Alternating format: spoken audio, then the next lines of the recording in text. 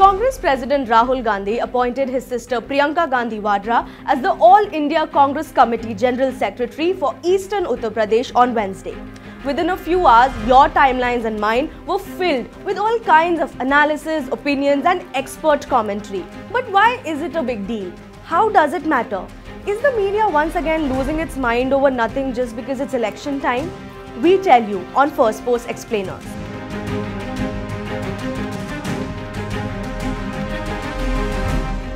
Of the many things that the media and the politicians are going to hype this election season, this is not one of them. This one is actually significant. Significant to the political discourse over the next few months leading to the Lok Sabha elections. Significant also for its possible impact on the voters and who all will end up as our leaders. Representatives. Remember school civics, you guys? But even more important than what it could impact, the reason why this decision set the political landscape on fire yesterday was the fact that it happened. The anticipation around Priyanka Gandhi joining politics has been huge and has lasted for decades. Hailing from one of India's oldest political dynasties, Priyanka Gandhi has never not been involved.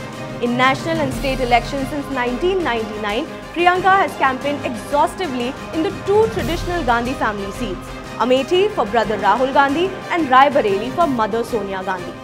She managed Sonia's campaign during the 1999 and 2004 Lok Sabha elections and has even admitted to writing speeches for her in the past. She was on ground speaking to people, she was on stage delivering fierce speeches. Only she wasn't competing. She wasn't even working under an official organizational position in the party. Functioning more as a dutiful daughter than a party leader, Priyanka's efforts were largely unofficial, though that never seemed to be a factor for her. However, given her lineage and what seemed to be a natural ability to lead, pull crowds and connect with people, it was expected almost from the beginning that eventually her unofficial support to the party will become official. Everyone knew that someday Priyanka will join politics. Senior Congress leader Janardhan Dwivedi once spoke about this anticipation and how Rajiv Gandhi had told him about her political interest in 1990.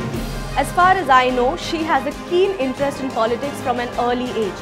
She wanted to understand political events and political language.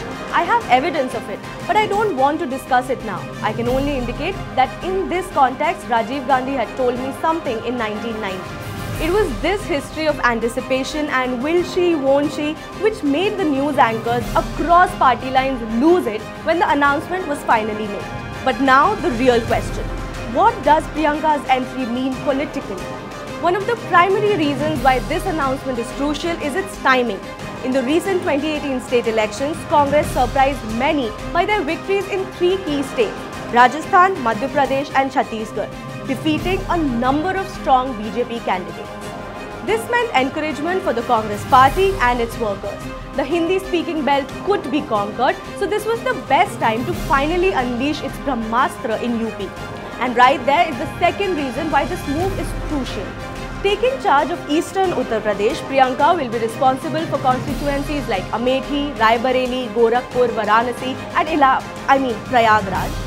This would mean a direct combat with Uttar Pradesh Chief Minister Yogi Adityanath and his Hindutva-driven governance. Can we call Yogi's work governance? The third important factor is that this comes after Congress was left out of the opposition alliance in the state between Mulayam and Akhilesh's Samajwadi Party and Mayawati's Bahujan Samaj Party. This makes the Priyanka move seem like Congress's final card dealt only when all else fails. For Congress, the desperate need for its independent revival clashes with its need and the ragtag opposition's need to defeat the BJP, the reason for the Mahagathbandhan. Amid these political equations, Priyanka's entry brings with it the most important question. Will Congress be able to claw back and make its presence felt in a state that years ago used to be one of its strongest bastions? With BJP consistently targeting its traditional upper caste voter and the BSP-SP alliance keeping its hold on the Dalit, Muslim and Yadav communities, what kind of dent will Priyanka Gandhi be able to make in any of these vote banks? Priyanka's plunge may create waves and bolster the Congress's morale, and she might be able to make a difference with her leadership ability and strong oratory skills. But it's important to remember that BJP still has its trump card.